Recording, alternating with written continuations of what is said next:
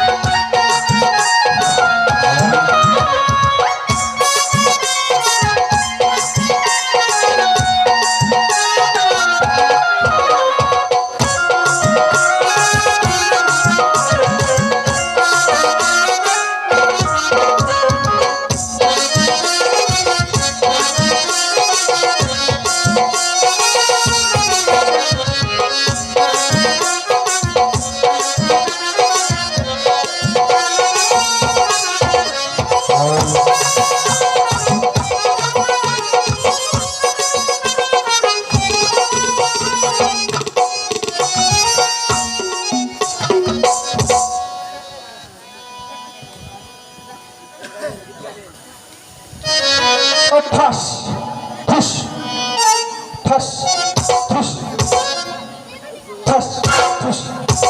এই যে দাদু ভাই আসুন, এই যে মেম্বার বাড়ির ভাষ্যম পালাদা যায়, চেয়ারম্যান বাড়ির পুরুষ সালাদা উঠলে পারে এই রফিক কাজীর বাড়ি আর বেশি ধরে নাই। আইসু আইসো ভাই, আইসু আইসু। এই আবার কি ব্রেক করো। কি কই যাচ্ছ? হ্যাঁ যাচ্ছ কই? নাতি বিয়ে করাইবার যাই, ফাঁক করো। থাক করা যাবে না। দেখছো না তোকে বিয়ের ঘের আটকে দিয়েছি, আটকে দিয়েছি। কে মেয়ে বিয়ে দিবা না? মেয়ে বিয়ে দেবো বলে তো বিয়ের ঘের সাজিয়েছি। সাজাইছাও ভালো কথা, খুশি হয়েছি, সুন্দরদের সাথে সাজাইছাও, আটকাই দিছাও কিসের লিগে? কেন সেটা কি তোমাকে বলে দিতে হবে? অবশ্যই। তোমাদের সব পাকা, তুমি কি কিছুই জানো না? জানলেও করবার মন নয় না হগল শোনা। ও তাই? এখন যাইবার দাও। যাওয়া যাবে না, কে? মাল পানি লাগবে। ও বুনু, ঋণ প্রস্তাব দিছি, বুঝছাস না বুনু? ঈদের বন্ধ, ছুটির পরে হেঁটে দিব। ও ছুটির পরে বিয়ে হবে, এখন আর কোনো বিয়ে নেই। ওটা এই তারে দিবই না। বিয়ে ছুটির পরেই হবে।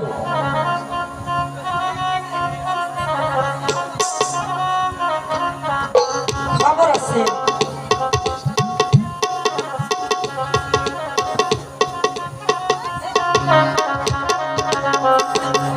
হবে না, হবে না।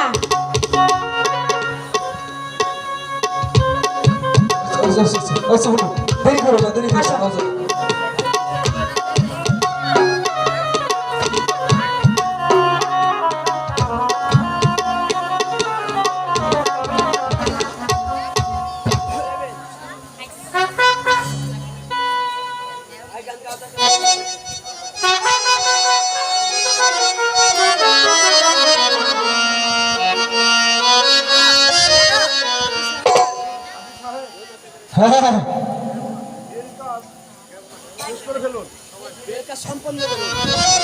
হ্যালো,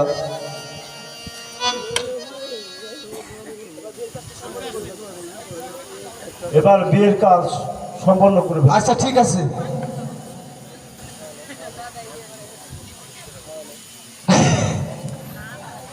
৳1,00,000 দেনমোহর ধার্য করিয়া ঘোড়া বিবি তোমার উপরে একই নিয়ে আনে আছে, বলো ভাই তো তা কবুল। হ্যালো, ও দাদু সাহেব, কে কবল বলবে? কে? কারে জানি কইছি মন নাই। কেন তুতা ওনাকে বলছেন না তুতাকে বলেছেন? তুতা তুতা ও তুতা, আমি তো শুনলাম গোনাই। কইছে তুতা। ঠিক আছে, শুনে নেই। হ্যাঁ। ও দোলা ভাই, কবুল কি বলেছেন? ও দাদু, দাদু তুমি কুরবুর করতেছো কিসের জন্য? তখন থেকে আমার ডর করে রে। কইছো গো? ও বন্ধু, এটা তুই করলি কি? কেন ইস্তারি করে দিলাম? আরে আমার বনু রে বনু, আজকে তুমি আমার পাছাটা যেইভাবে ইস্তারি কইরা দিলা রে বনু, মাঝে মধ্যে তুমি আমার বাসায় চইলা যায়, যায় আমার সাবানাও ইস্তারি কইরা দিয়া ইসে। লাল পরশুদিন যাবো না। যাক, তাও তো রাজি হইছিস, তোর সাহস আছে। আরে আরেকবার। হ্যাঁ, আর একবার নুন লিখো। 1,00,000 টাকা ধার্য করিয়া তুতা মিয়া তোমার গুনে কিনে আনি আছে, বলো গুন গুনাই কবুল। কইছে গো? কইছে? এত ক্যাম্বারে এত প্রচার করলে চলবে না। আচ্ছা ঠিক আছে, তাহলে এখন সবাই এত টান দেরি করবো না, বিয়ার সাথে ব্যাপার জুয়েন বলা। ঠিক আছে দাদু, ঠিক আছে। আল্লাহ আমিন। মোল্লার বগা আবিন। আমি তো বাচ্চাই নাই, আমার বাবার গাভীর লোক ক্যাম্বা। তুমি কইলা না? ও তোলা মোল্লার মাই মরছে, কালা মোল্লার চাষি বাগুন খেতে কান্দা মল্ল কুদালে রাসারি। আলহামদুলিল্লাহ। ও সালার গোষ্ঠী সারা মাটি চাষ করে, বড় গাছতলা বেশ মাটি পাইছে, হালার গোষ্ঠী হালা বাবা খানিক বেচতে যাবো, বাইরে থাকবো গোয়া ফকির লা ইলাহা ইল্লাল্লাহ মুহাম্মাদুর রাসূলুল্লাহ। শেষ। এখন দাও মিষ্টি দাও। মিষ্টি? হ্যাঁ হ্যাঁ, বিয়ে তো পড়াই দিলাম। মিষ্টি তাইলে দিব আমার বকশিস ভেতরে। ওই যখন ঢুকবার দাও না চাইনি সাউন্ড বিয়ে পড়াই দিলাম, এখন আমারটা দাও। ভেতরে পরে দেব। রেখে দিয়েছি আগে জানলে, রসগোল্লা। আগে জানলে ওইটা বাইট হইতাম।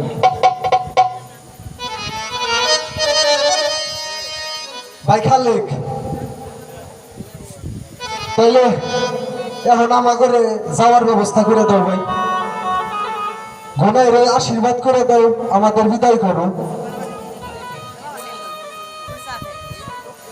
কাজী সাহেব, আপনি বাসায় গিয়ে আপনার বকশিসটা নিয়ে নিন, আমি ঘুনুকে আশীর্বাদ করে বিদায়।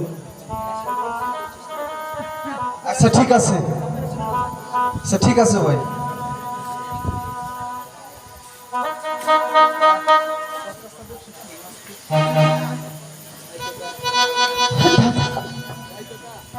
ভাই তোতা, আজ থেকে আমার বোন গুনুকে তোমার হাতে আমি তুলে দিলাম। আমার গুনুর অনেকই বিপদ আছে, তুমি তুমি তার সকল বিপদ থেকে দেখে রেখো ভাই। দাদা, আপনি আমাদেরকে দোয়া করে দিন।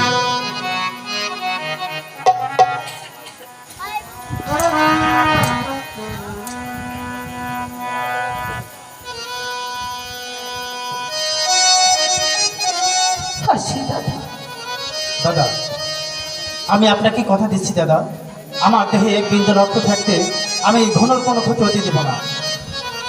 দাদা, তাহলে এবার আমাদের বিদায় দিন।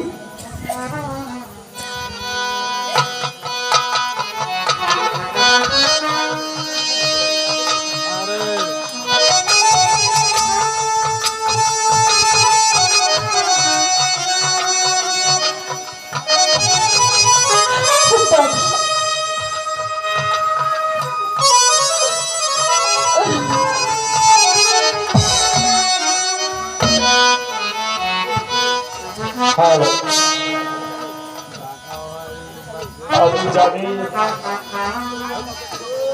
পাপ কোনোদিন কাউকে ক্ষমা করে না,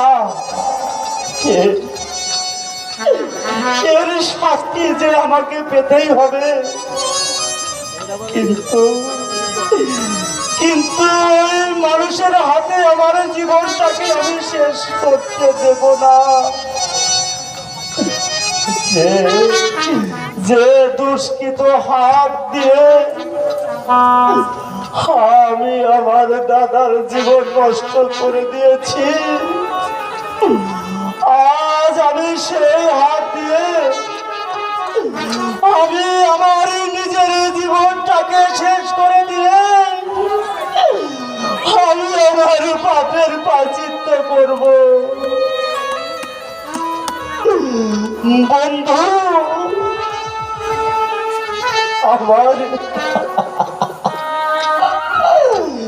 আমার এই মৃত্যুর একই মাত্র সাক্ষী তুমি দাদা।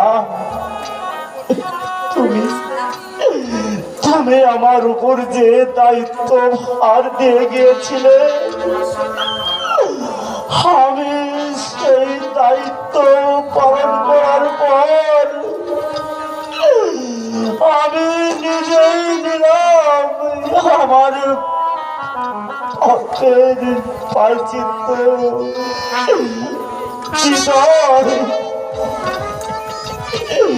বিদায় সুন্দরী পৃথিবী বিদায়।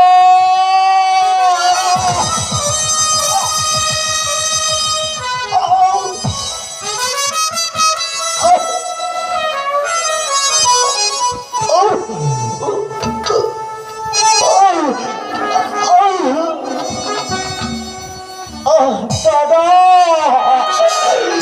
আমি আসছি, দাদা আমি আসছি। সমাজের মানুষ আমি একটি কথা বলে যাচ্ছি, কেউ কোনোদিন ভাইয়ের মুখে এমনি বলে ছুরি বসাবেন না, তার পাপের শাস্তি কিন্তু এমনি হয়।